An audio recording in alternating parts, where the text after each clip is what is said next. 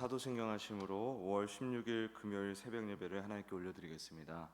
전능하사 천지를 만드신 하나님 아버지를 내가 믿사오며 그 외아들 우리 주 예수 그리스도를 믿사오니 이는 성령으로 잉태하사 동정녀 마리아에게 나시고 본디오 빌라도에게 고난을 받으사 십자가에 못 박혀 죽으시고 장사한 지 사흘 만에 죽은 자 가운데서 다시 살아나시며 하늘에 오르사 전능하신 하나님 우편에 앉아 계시다가 저리로서 산 자와 죽은 자를 심판하러 오시리라.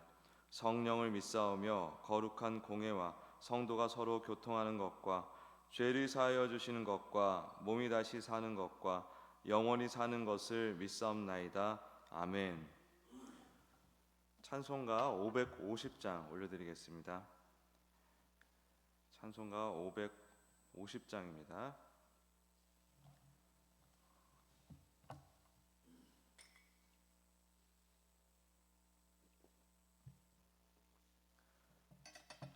찬송가 550장. 시온의 영광이 빛나는 아침 어둡던 이 땅이 밝아오네.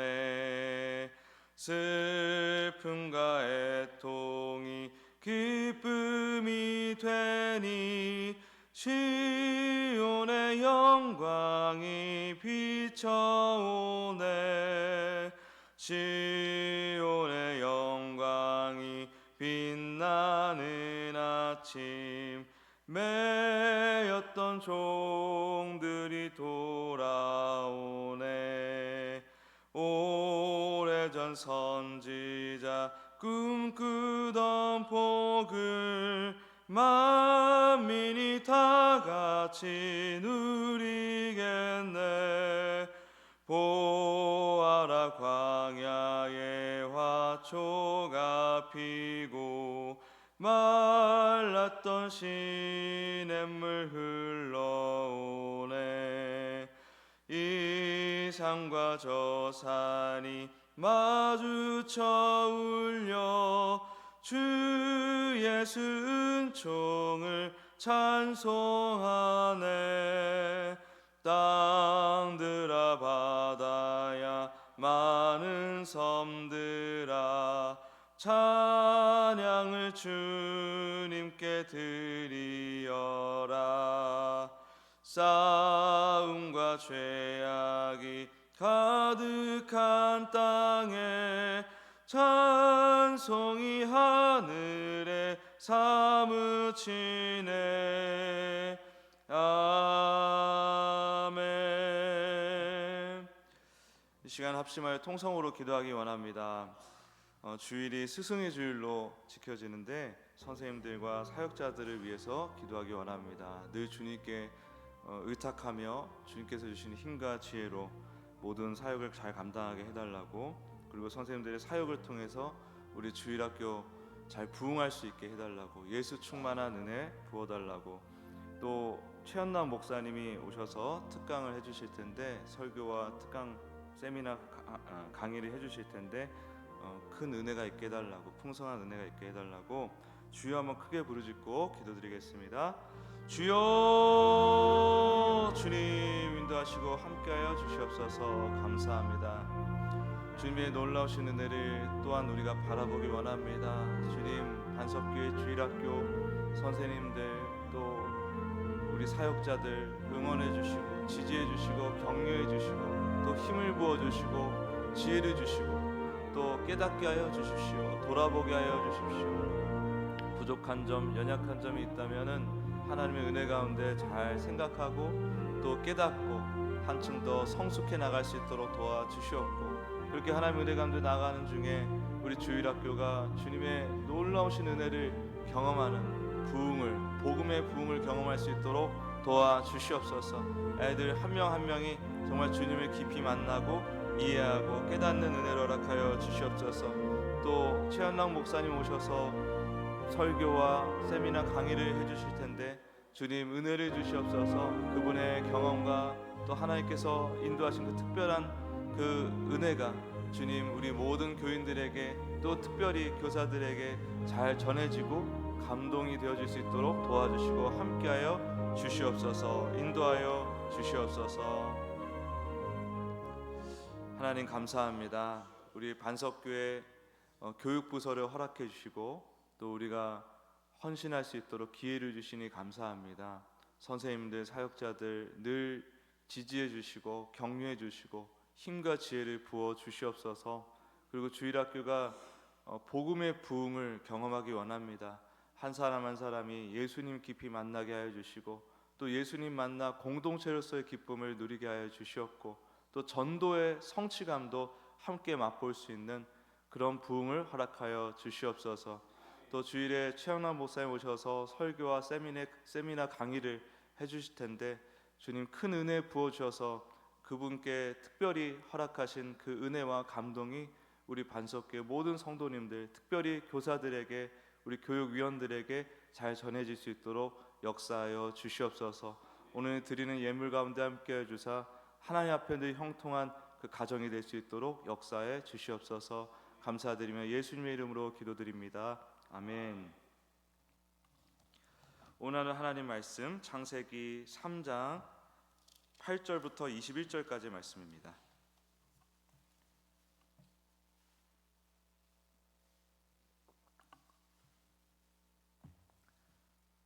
창세기 3장 8절부터 21절까지 말씀 같이 읽겠습니다. 시작. 그들이 그날 바람이 불 때 동산에 거니시는 여호와 하나님의 소리를 듣고 아담과 그의 아내가 여호와 하나님의 낯을 피하여 동산 나무 사이에 숨은지라. 여호와 하나님이 아담을 부르시며 그에게 이르시되 내가 어디 있느냐.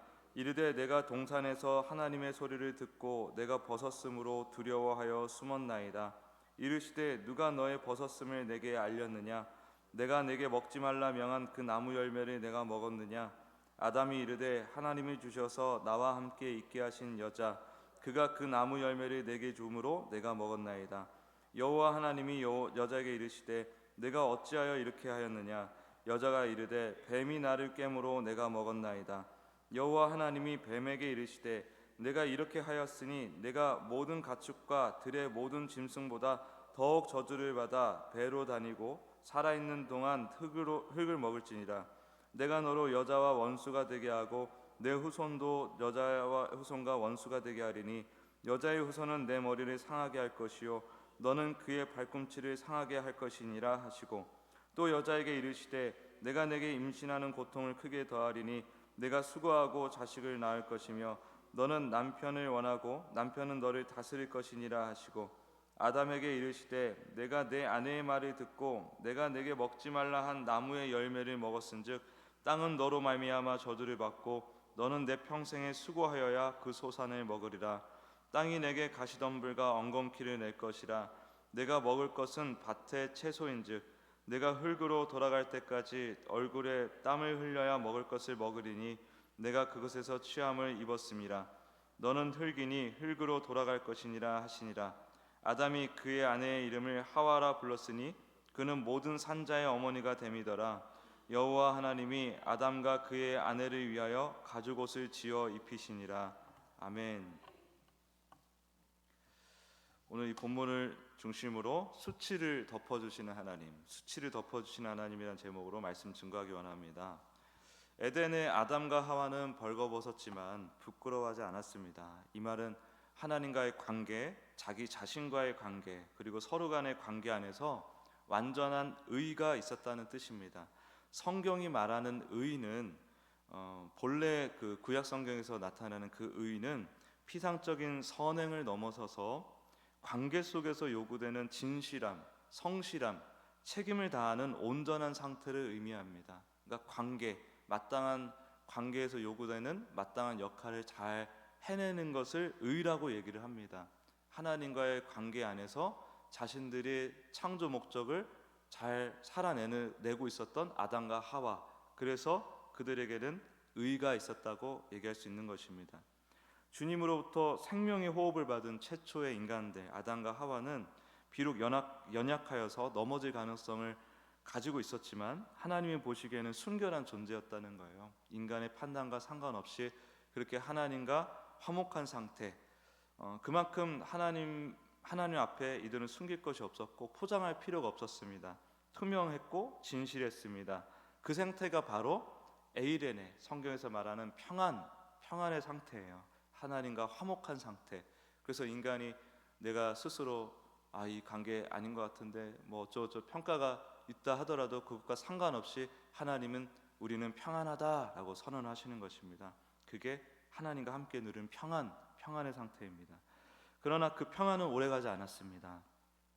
죄가 들어오자 이제 눈이 열렸고 그들은 자신이 벌거벗은 것을 알게 됩니다. 그리고 무화과 나무 잎을 엮어 허리띠를 만들죠. 인간이 처음으로 만든 옷입니다. 그러나 여러분, 이 무화과 나무 잎은 오래가지 못합니다. 시들고 또 마르고 떨어집니다. 이것은 인간이 자신의 죄를 가리기 위해 스스로 시도하는 모든 노력, 철학, 윤리, 종교적 열심, 세상의 성공, 도덕성, 심지어 우리의 선행까지도 이런 모든 것들이 아무것도 아니다. 결국은 무화과 나무잎에 불과하다라는 것을 상징하는 겁니다. 무화과 나무잎은 죄인의 그 삶의 상징이에요. 아담과 하와는 무화과 나무잎으로 부끄러움을 가리려 했지만 오히려 그 행위로 인하여 죄인으로서의 면모가 확연히 드러났습니다. 그러니까 무화과 나무잎으로 자기를 가리려고 하는 그 일 자체가 죄인의 특성이라는 거예요. 그리고 하나님 앞에서 숨어버리죠. 어둠이 빛을 싫어하는 이유는 어둠됨이 까발려질까 봐입니다. 죄인은 하나님 앞에 나아가기 싫어해요. 자신의 죄로 인한 그 자신의 존재의 그 수치가 훤히 드러날까 봐 두려워합니다. 그래서 하나님을 피하는 거예요. 그러나 피해지지 않죠. 훤히 보이죠. 하나님 입장에서는 다 훤히 보입니다. 하나님은 바로 아담에게 묻습니다. 누가 내가 벌거벗은 줄을 알았느냐? 누가 내게 벌거벗은 것을 알려주었느냐? 이런 말씀이죠. 그리고 아담은 즉시 하와는 뱀을 탓합니다. 죄는 단지 하나님과의 단절만을 일으키는 것이 아니라 모든 관계를 망가뜨렸습니다. 사람과 사람 사이, 또 사람과 다른 피조물의 사이, 심지어 자기 자신과의 관계마저 찢어버렸습니다. 마귀가 하와를 유혹할 때 아담은 어디 있었을까요? 마귀가 하와를 유혹할 때 같이 있었어요. 옆에 아담도 하와와 같이 있었습니다. 그리고 하와가 뱀을 따로 만나고 선악과를 따서 어디 딴 곳에 있는 아담에게 준 것이 아니에요. 아담도 거기 같이 있어서 뱀이 하와를 유혹하는 것을 보고 있었습니다. 같이 듣고 있었습니다. 그리고 뱀을 막 물리치거나 말리지도 않았죠. 뱀이 하와에게 하는 말에 똑같이 넘어갔고 하와가 주는 과일을 덥석 아주 잘 먹었습니다. 그러면서도 그러면은 이제 본인이 직접 죄를 지은 거 맞잖아요. 그런데 마치 하와 때문에 자기가 속아가지고 죄를 짓게 된 것처럼 그렇게 자기 자신을 속인단 말이죠. 자기 자신을 속이고 하나님을 속이고 또 자신의 죄를 숨기기 위해서 다른 사람에게 죄를 덮어 씌우는 거예요. 그래서 모든 관계를 무너뜨렸을 뿐 아니라 자기 자신과의 관계도 무너뜨렸다고 말할 수 있는 것입니다. 이렇게 부끄러움은 수치는 거짓말, 자기 기만으로 이러한 자기 방어는 타인을 향한 공격으로 번집니다. 이 모습은 우리 모든 인간들이 살면서 수도 없이 반복적으로 경험하는 내놓는 죄의 모습이에요. 우리도 조금만 자존심이 상하면 그 수치를 견딜 수가 없습니다.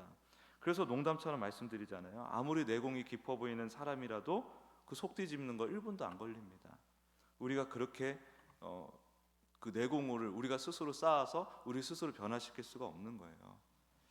어제도 어떤 한 친구랑 대화를 하는데 그 한 친구가 뭔가 자존심이 건드려진 것 같아요. 제가 전혀 이해하지 못하는 그런 어떤 포인트가 있었던 것 같습니다. 근데 그때부터 눈이 싹 돌변하더니 저에게 적대감을 막 노골적으로 드러내면서 막 저를 막 이겨먹으려고 하는 거예요. 막 분노를 막 표출하고 막 씩씩거리면서 제가 그거 보면서 내가 오늘 설교할 게 이건데 오늘 설교할 게 이거였는데 하는 생각이 딱 들더라고요. 그 아이다 보니까 얼마나 순수합니까, 그렇죠? 그 순수한 만큼 우리 인간의 어떤 죄의 면모를 또 순수하게 드러내는 존재이기도 하죠. 그걸 통해서 하나님께서 다시금 저한테 가르쳐 주시는 겁니다. 어쨌든 하나님께서 그렇게 자기 자신을 속이며 하나님도 속이고 그 모든 관계를 다 파괴하는 이들을 버리지 않으셨어요. 내치지 않으셨어요. 오히려 무화과 나무 잎을 벗기시고 친히 가죽옷을 지어 입히십니다. 이 가죽옷은 단순한 옷이 아니죠. 복음의 시작이죠. 생명의 죽음, 즉 피 흘림이 없이는 가죽옷도 없습니다. 누군가의 생명이 희생되어야만 가능한 옷이죠. 입을 수 있는 옷이죠. 이 가죽옷은 바로 예수 그리스도를 예표하는 거예요. 우리의 수치를 진정으로 덮을 수 있는 유일한 옷, 다른 옷은 없어요. 성경은 말합니다. 너희가 그리스도와 합하기 위하여, 갈라디아서 3장 27절이에요. 너희가 그리스도와 합하기 위하여 세례를 받은 자는 그리스도로 옷 입었느니라. 그리스도로 옷 입었느니라. 무화과 나무잎이 속옷처럼 우리의 부분만을 가리려 했다면, 아무 의미가 없는 우리의 헛된 노력이라 한다면, 그리스도야말로 우리의 겉옷, 우리 전부를 덮어줄 수 있는 진정한 옷이 되어 주십니다. 노아가 술에 취해 벌거벗었을 때 함은 그것을 보고 비웃었죠. 그리고 셈과 야벳이 겉옷을 들고 뒷걸음질로 들어가서 아버지 수치를 덮어주었습니다. 수치가 드러날 때 비웃는 것이 죄인의 방식이에요. 하나님은 이러한 방식을 싫어하세요. 여기서 말하는 수치는 범죄를 얘기하는 게 아닙니다. 이미 죄 안에 갇힌 존재로서 드러내는 연약함을 얘기하는 거예요. 죄인된 우리의 어리석음, 약함을 말하는 것입니다. 이런 것을 함부로 비웃지 말라는 겁니다. 하나님의 방식이라는 것은. 우리 약육강식의 세계 속에 사는 우리들은 쉽게 강함을 숭상하고 약함을 우습게 보는 경향이 있어요. 조금만 그 사람이 흠이 보이고 뭔가 도덕적인 것뿐만 아니라 여러모로 흠이 보인다 그러면은 그것을 공격하는 습성이 있습니다. 실제로 인간의 본성이라는 것이. 예를 들어서 이제 또 어제 그 아이와의 대화를 떠올릴 수밖에 없는데요. 그 아이의 그 연약함이 드러났습니다. 근데 만약 제가 거기에서 그 연약함을 무시하거나 함부로 대하거나 단죄를 했다고 하면은 그 아이는 아마 그것이 상처로 남았을 가능성이 높아요. 그런데 다행스럽게도 하나님이 도와주셨는지 그 아이를 계속 끝까지 대화를 하면서 공감해주고 이런 거였어? 저런 거였어? 맞는 것 같아? 하면서 하나하나 이렇게 풀어내다 보니까 아이가 거기서 감동을 하고 또 저를 또 오히려 또 공감을 하고 내가 너무 목사님한테 너무 좀 심했나? 반성도 하고 그런 여러 가지 긍정적인 효과들이 나타나면서 또 저와의 관계도 좀 더 돈독해지고 이런 식의 좋은 일들이 일어나더라 이겁니다. 이게 하나님의 방식이라는 것을 또한 제가 어제 또 깨달았어요. 왜냐하면 제 마음에 갈등이 있었거든요. 아이의 그 무례함, 저에 대해서 노골적으로 드러내는 그런 공격성, 그것을 제가 경험하면서 되게 황당하잖아요. 저의 진심이 왜곡되고 저의 표현을 아이가 곡해서 들어가지고 일어난 그 사건 속에서 저는 황당할 수밖에 없는데 저도 어쨌든 감정적인 공격을 당한 거니까. 근데 그 상황에서 제 마음속에 인간적인 마음으로 이거 혼내고 말아? 그냥 끝내 빨리? 아니면 끝까지 한번 아이랑 대화를 해볼까? 한번 끝까지 한번 해볼까? 이 마음이 있었는데 주님께서 감동을 주셔서 또 도와주셔서 슬슬 그 대화를 잘 풀어가게 해주셨어요. 그랬더니 이 좋은 것들이 우리에게 오더라 이겁니다. 하나님께서 인간의 연약함을 덮어주라는 얘기는 그것을 하나님이 그냥 좋아해서 뿐만 아니라 그렇게 덮어주는 그 일이 하나님이 좋아하는 방식이면서 동시에 우리에게 복을 주는 통로이기 때문에 그렇습니다. 하나님께서 셈과 야벳에게 어마어마한 복을 주죠. 그 계보를 축복해 주시잖아요. 하나님께서 놀라운 그 은혜를 우리에게 부어 주실 때 보면은 하나님이 기뻐하시는 그 길을 잘 따라갈 때 우리에게 그 하나님께서 우리에게 주시는 그 복을 누리게 해주시는 은혜가 있지 않습니까? 또 우리를 위해서 그 길을 선택하게 하시는 거예요. 그리고 또 수치를 덮어준다? 그건 또 범죄를 덮어주자는 얘기는 아닙니다. 그 사람의 연약함을 덮어주라는 거예요. 약하고 병들었다고 장애가 있다고 돈이 없다고 사회적 지위가 낮다고 함부로 대하지 말라는 거예요. 불쌍히 여기는 마음으로 그 연약함을 보듬어 주는 것, 그게 하나님이 기뻐하시는 것입니다. 이게 우리의 삶의 방식이 되어야 합니다. 하나님의 사람은 타인의 연약함을 드러내고 정죄하는 자가 아니라 그리스도의 겉옷으로 덮어주는 자입니다. 그리스도께서 나를 덮으셨듯 나도 그 사랑으로 이웃을 덮어주는 것입니다. 또 하나의 관점은 어제도 얘기했지만 그저께도 얘기했지만 세상은 속옷을 요구한다니까요. 무화과 나무잎을 원해요. 세상의 것으로 인간의 힘으로 구원을 얻고자 해요. 쟁취하고자 합니다. 또 그렇게 쟁취할 수 있다고 믿습니다. 이 죄인들은 어리석게도. 그래서 무화과 나무 잎을 그렇게 부단히 추구하는 것입니다. 인간의 희생이 결국 무화과 나무 잎을 계속 찾고 구하고 그걸로 나를 가리는 거예요. 인간의 인생이라는 것이. 창세전에 택정받은 자녀도 은혜가 없으면 이렇게 살 수밖에 없습니다. 그걸 두고 못 보세요, 우리 하나님은. 그래서 설득도 필요 없어요. 어차피 못 알아듣거든요. 그래서 일단 가죽옷을 입혀 주시는 것입니다. 그래서 일단 예수 그리스도를 입혀 주셔서 우리 신분부터 바꿔 놓으시고 그 다음에 하나하나 인생을 통해 주님의 마음을 가르쳐 주시는 거예요. 이처럼 우리의 삶 또한 복음을 구하고 복음을 주는 인생이 되어야 한다는 것입니다. 그리스도의 겉옷을 주는 거예요. 나도 내 자신에게 속옷을 요구하는 자거든요. 무화과 나무 잎을 요구하는 존재거든요.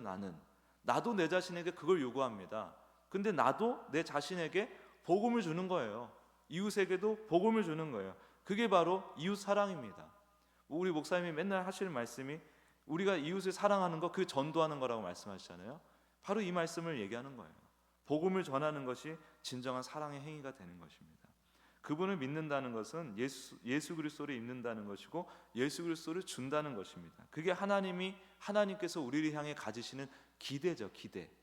그것이 주님의 뜻을 따라 살아가는 것입니다. 연약함을 멸시하지 않고 오히려 잘 덮어준다는 것은 복음으로 덮어준다는 얘기죠.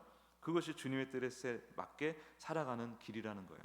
예수님을 배우고 깨닫고 주님의 사랑을 알아 그에 반응하여 주님을 사랑하고 나를 덮어주셨듯 타인의 연약함을 덮어주고 복음을 전하고 복음을 잘 누리도록 도와주는 것, 그게 우리가 살아야 될 복된 길일 줄 믿습니다. 우리는 더 이상 무화과 잎에 의존하는 존재가 아니죠. 예수 그리스도의 피로 짜여진 그 겉옷, 의의 옷, 은혜의 옷, 사랑의 옷을 입은 하나님의 자녀입니다. 이제 우리는 서로의 수치를 드러내는 자가 아니라 혹 드러난 그 수치를 함부로 대하는 자가 아니라 그리스도의 사랑으로 덮는 자입니다. 우리 신분이 이렇게 바뀌었어요. 그래서 이 새벽에 다시 한번 예수 그리스도의 옷을 입으시길 축복합니다. 그 옷은 우리의 수치를 덮고 삶을 덮고 영혼을 덮어줍니다.